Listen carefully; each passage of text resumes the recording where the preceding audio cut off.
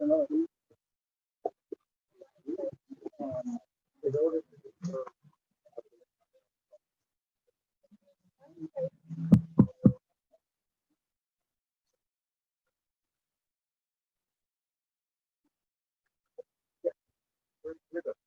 got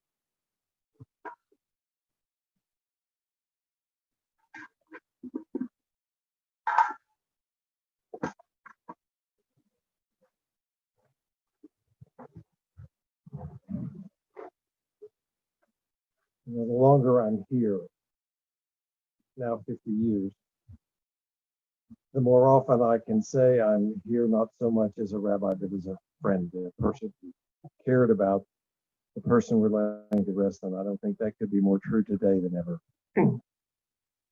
Priscilla was a very special lady, very dear person. She knew how to walk the line between being straightforward and forthright without ever being in your face. She knew how to speak the truth. She knew how to look at you in the eye and tell you what you needed to hear without ever being offensive about it. A rare and special gift. The problem is she was almost always right. So we're here, yes, to celebrate her life, but truly we're here in sadness as well because we've lost someone precious. And so we're here to share our grief with one another as human beings have probably done since the first human being died. And our tradition and faith remind us that there is one more with us whose presence can be felt though not seen, is with us always in life and in death. This was recognized profoundly by the psalmist who wrote, "Whither shall I go from your spirit, O Lord? Whither flee from your presence? If I take My bed in the netherworld, behold, you are there. If I ascend into the heavens, you are there. If I take the wings of the morning and dwell in the uttermost parts of the sea, even there your hand would lead me and your right hand would hold me. And if I say, surely the darkness shall envelop me and the light about me be as the night, even the darkness is not too dark for you, O God, but the night shines as the day in you. Death has taken a very beloved Priscilla Schube. Her family, our friends, grieve because their world, like ours, has been darkened by her death. In silence, we experience lamentation, and in tears, we express our sorrow. And so we pray that lost in their sorrow, they will find the presence of all of us being together to be comforting. And of course, oh God, we ask that you be with them as well. And so at this time, we give thanks for all of the many wonderful, special things in Priscilla's life. For her family, especially her love. A powerful love that united them and us in life. The kind of love that death cannot sever. For her companionship, shared on the path of her life, which continues now in the tenderness of memory. And especially for all those wonderful gifts of her heart and her mind that she shared over the years and remain now, even in her death, as a precious, precious inheritance and remembrance for all of us. For these and for really more than we could ever express in words, oh God, we are grateful that you gave us Priscilla. No words, I suspect, have ever been more oft quoted in the time of funeral and death to express faith and hope in God. Then King David's 23rd Psalm. If you'd like to join me and you know the words, please do. The Lord is my shepherd, I shall not want. He maketh me to lie down in green pastures. He leadeth me beside the still waters. He restoreth my soul. He guideth me in straight paths for his name's sake. Yea, though I walk through the valley of the shadow of death, I will fear no evil, for thou art with me. Thy rod and thy staff, they comfort me. Thou preparest a table before me in the presence of mine enemies. Thou hast anointed my head with oil. My cup runneth over. Surely goodness and mercy shall follow me all the days of my life, and I shall dwell in the house of the Lord forever.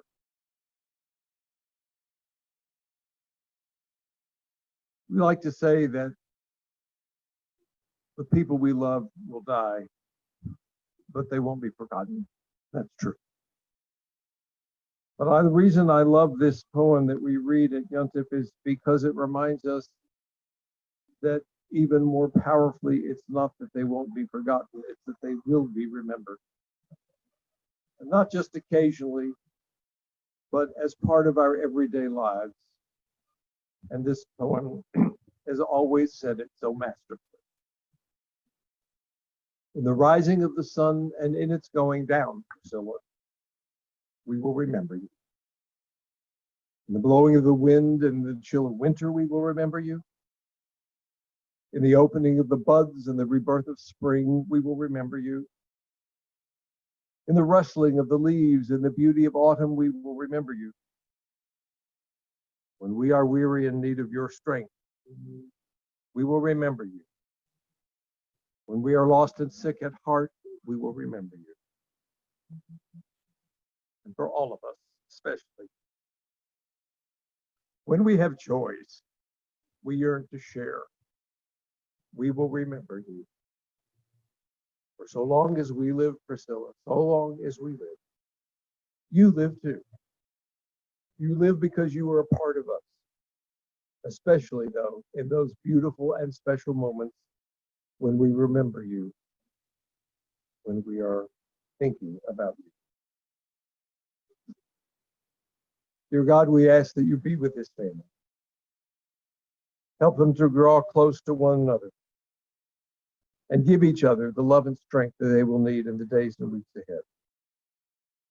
We know that Priscilla's memory will always live among them. In time, we know, allaying their grief and instructing them in the ways of living. We are confident that her spirit will live on as a precious memory and a strong influence in the hearts of all her loved ones. I'm going to step back from the mic now, and there's some folks who are gathered here who want to share some thoughts and ideas, and I'm going to step back and make room for them.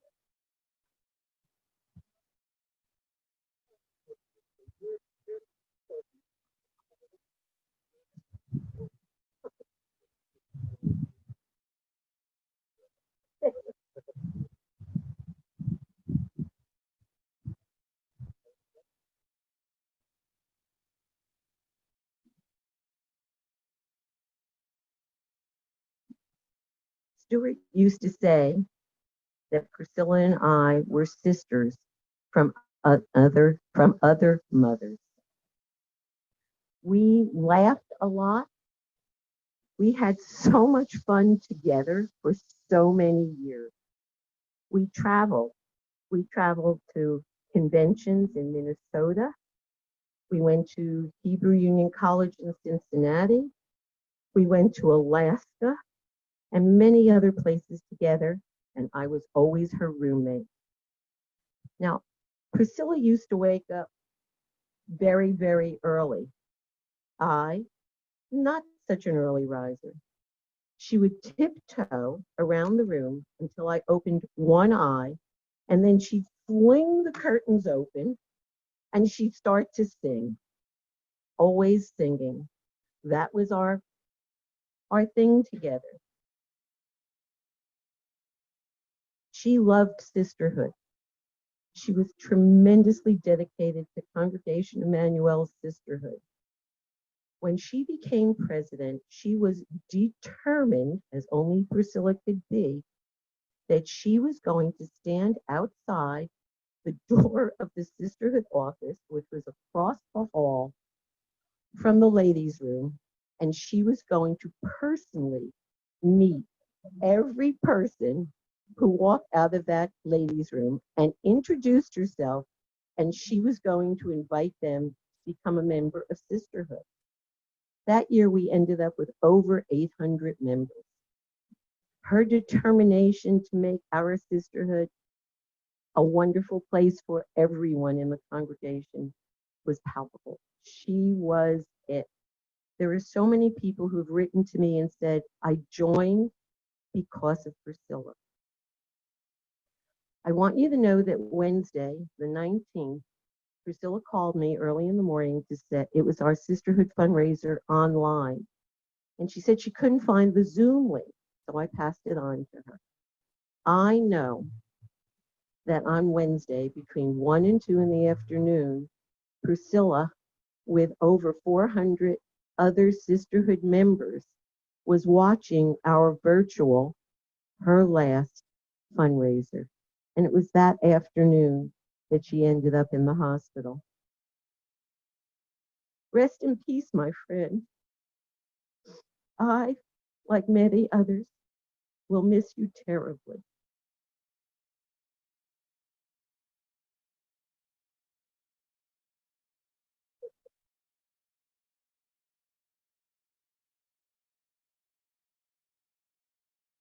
By today's standards, actually by any standards, Priscilla did not have a good childhood or really a happy youth.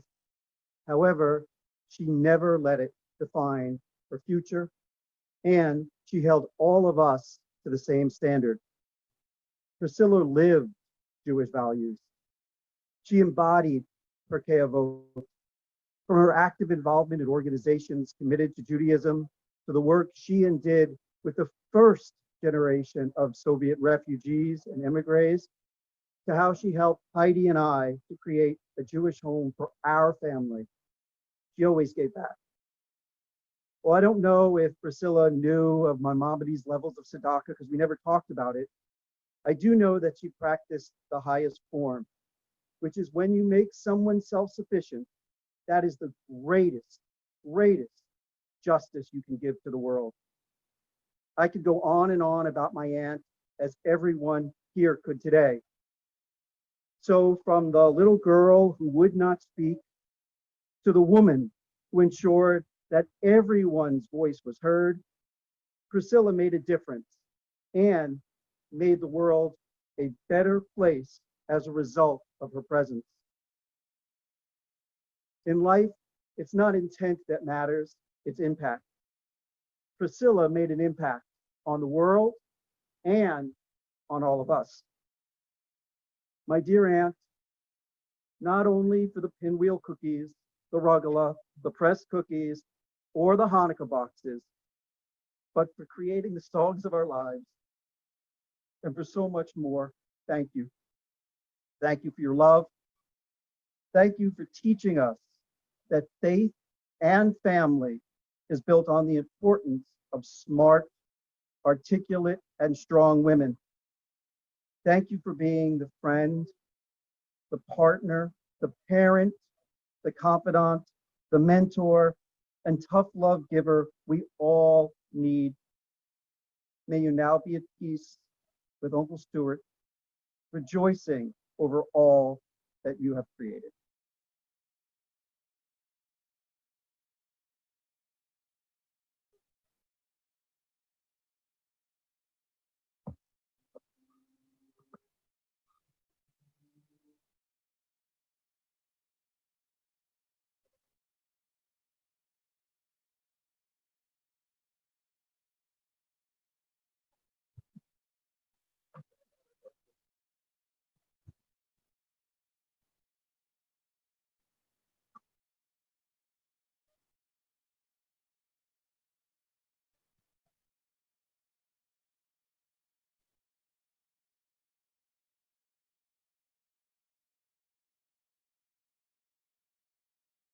All right.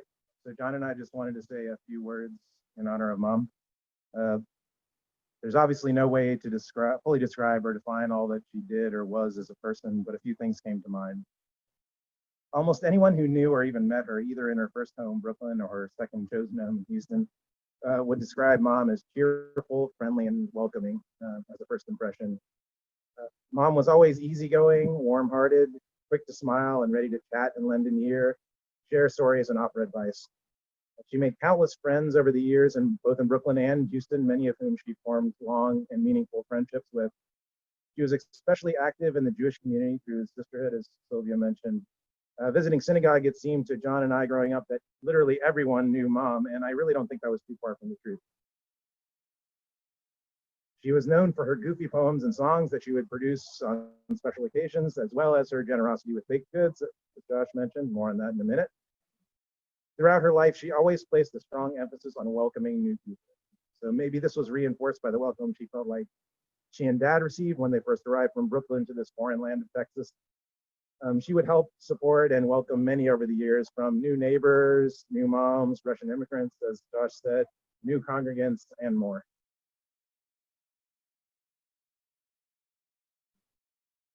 Mom met the love of her life, Stuart, in Brooklyn, and they had enjoyed a long and happy marriage, building a life and sharing many adventures together in Brooklyn until Dad died 10 years ago. The common joking, or maybe only half joking, comment from friends meeting them was inevitably, "But you're so nice. How can you put up with this guy?" They were different in so many ways. Her easygoing to his opinionated, him hypersocial and outgoing, where she would often like to be by herself with a crossword puzzle. But the differences made them complementary pieces of a perfect puzzle, and it all just worked, leading to 47 years of loving partnership where each supported and encouraged the other. Their loving and supporting relationship is one that we model our own relationships on as we have grown up and married. Growing up with Mom as kids, one of the main impressions we have is one of her constant calm support and overall patience. In the summertime, one of our fondest memories is Mom sitting and reading by our neighborhood pool as John and I spent literally all day swimming and running around.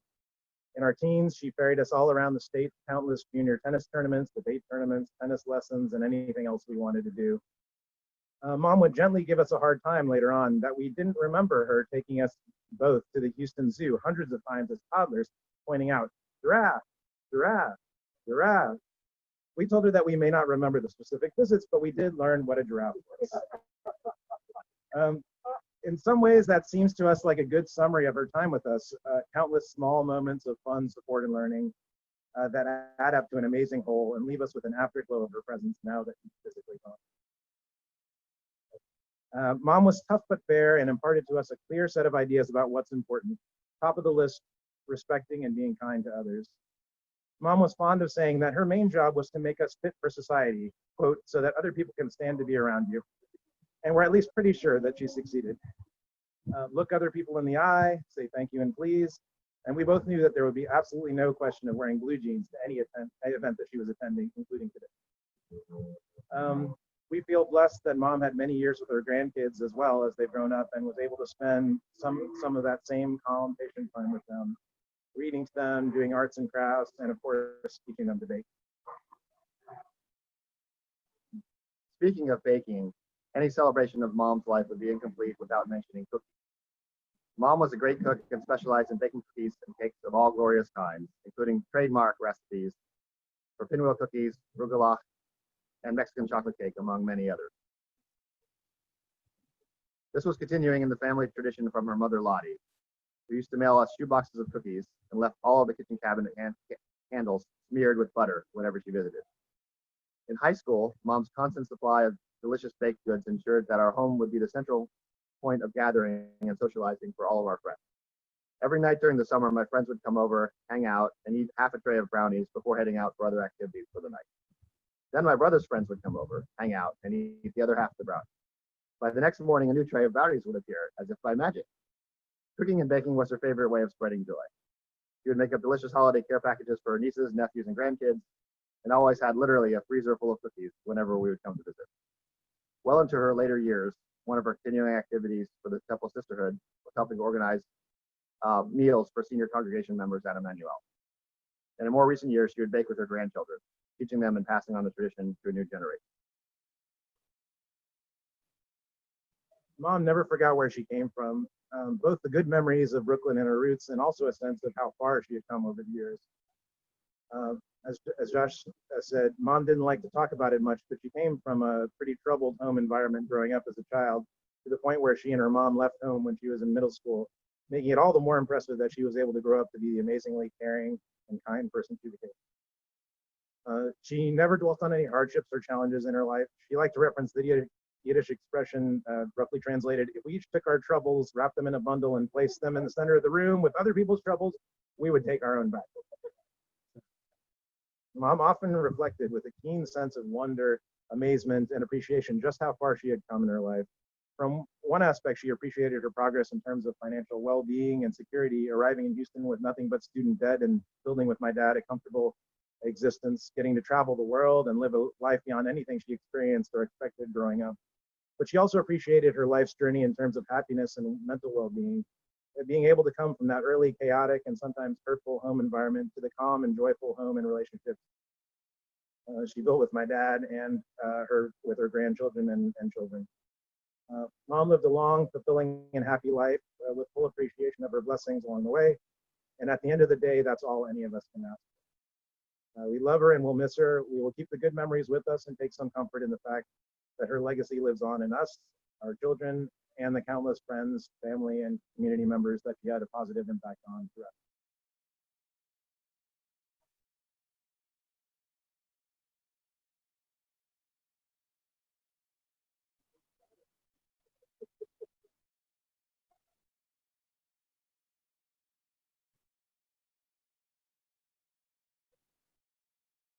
I feel like I could just say ditto.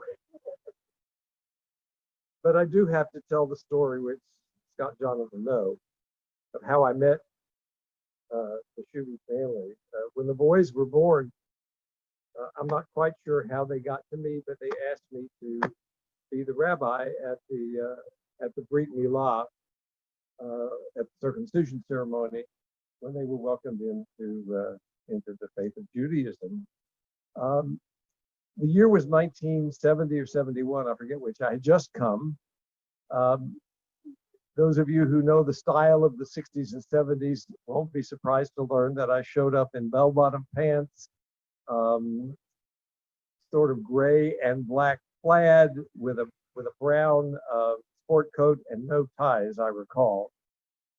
And I don't remember whether it was your mom's mother or your dad's mother. I don't know that I even know the answer to that, but one of the grandparents there kept saying, "Where's the rabbi?" And the steward said, "That's the right. No, where's the rabbi?" So that's how my life with the Schube family began. And it just grew and enriched from there. I want to add one thing to what you said, and it's sort of implied by everything you said, but it's a particular characteristic and quality that I think of when I think of Priscilla. There is a big difference between being tough and being strong. And your mother was strong. She wasn't tough at all. She wasn't coarse or anything like that, but she was strong. She had a will. The way she lived with her Parkinson's. I never heard her complain. I'm sure she must have at some point. I know it was hard. When other people would have sat back and let somebody bring them the meal at the Emmanuel's, Priscilla was in the kitchen preparing for other people. She just had this will. Can't think of any other word. This strong will that as long as she was able to live and enjoy her life, and whatever that meant, she was going to do it. And while I know she was grateful that she moved up to be with you and the grandkids, I know that it was hard for her to leave here. In part, of course, because her life was here, but in part because it was a recognition that she had reached the point that she really could no longer completely care for herself. And that was hard for her because she was such a strong and independent person. When we look back on a person's life and we go to measure it, I think all of us know that we don't measure our lives as much by what we get as by what we give. And in that sense, I think you'll all agree, Priscilla's life was an amazing success. She will now, of course, be buried next to the love of her life, her childhood sweetheart, her husband of 47 years. It's where she belongs. I'm glad you brought her home.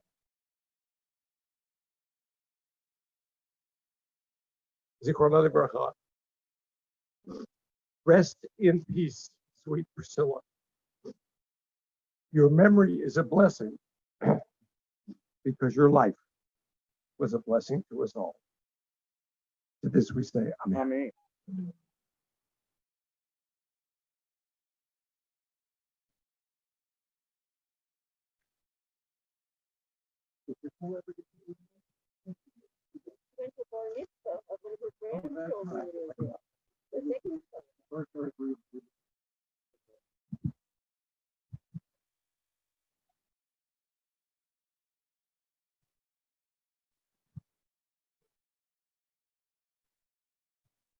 The dust returns to the earth as it was. The spirit returns to God who gave it. It is only the house of the spirit we lay within the earth. The earth is the spirit itself. And so we recite two Hebrew prayers. The first, the El Malei Rachamim. El Malei Rachamim, Shochin Bam Romim. Hamsei Menucha Nechona Tachat Kanfei Ashchina. Im Kedoshim Tohorim Kezohar Rakia Mazirim et Nishmat Tesel Bat Leser V'Leila. Compassionate God, eternal spirit of the universe, grant perfect rest in your sheltering presence to Priscilla Schube, who enters now into eternity. O God of mercy, may she find refuge beneath the shadow of your wings, and may her soul be bound up in the bond of eternal life. Receive in mercy, O God, the soul of our departed Priscilla Schube, and help us to understand that our grief and love go hand in hand, that the pain which loss inflicts upon us is the measure of our love, which is stronger than death. And so in this spirit do we now commit Priscilla from the precious and loving keeping of her wonderful family. Now, O God, into your eternal keeping, as we recite the words of our Kaddish prayer. Yid Gadal, Yid Kadash, Shemei Rabbah, V'olma Divra, Hirutei, V'yamlich Malchutei, V'chayechon of Yomechon, V'chayei Dechol Beit Yisrael, V'agalau V'zman Kariv Imru Amen. Yehei Shmei Rabbah Mevorach Leolam Olmei Olmaya. Yit Barach V'yishtabach V'yitpa'ar V'yitramam V'yitnaseh. V'yitadar V'yitaleh V'yitalal Shmei D'Kudisha B'richu. Le'ela min kol birchata v'shirata, tushbechata v'nechemata, da'amiran v'yolma v'imru amen. Yehei Shlomo Rabba min Shemaya, v'chayim aleinu v'al kol Yisrael v'imru amen. Oseh shalom b'mromav, hu yaseh shalom aleinu v'al kol Yisrael v'imru amen. May the source of peace send peace to all who mourn, and comfort the bereaved in our midst, as together we say. Amen. You want to make the last statement?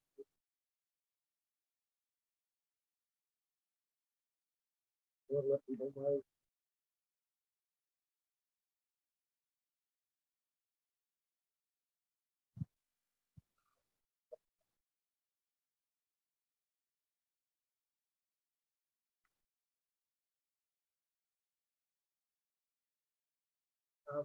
So I think folks are in general in the know, but there we will be having in these interesting and strange times a Zoom Shiva tomorrow night at 7 p.m. Central Time. Folks should have the link, but if not, please feel free to reach out to me or Jonathan or anyone in the group, and we can send it over. The purpose is to say some prayers, but also for folks to have the chance to share any stories or memories of mom as we celebrate that. For Houston folks who don't know how to reach out to volunteer Sylvia, reach out to her. She'll get the information to you. Bruchim atem b'voachem, bruchim atem b'teitem. Blessed are you who came to share this family's grief. May you be blessed to you. If you want to have a chance to play some earth, you can do so.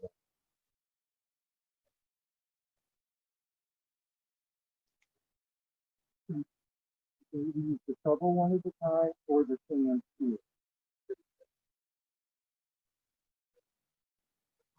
And I'll get the alcohol.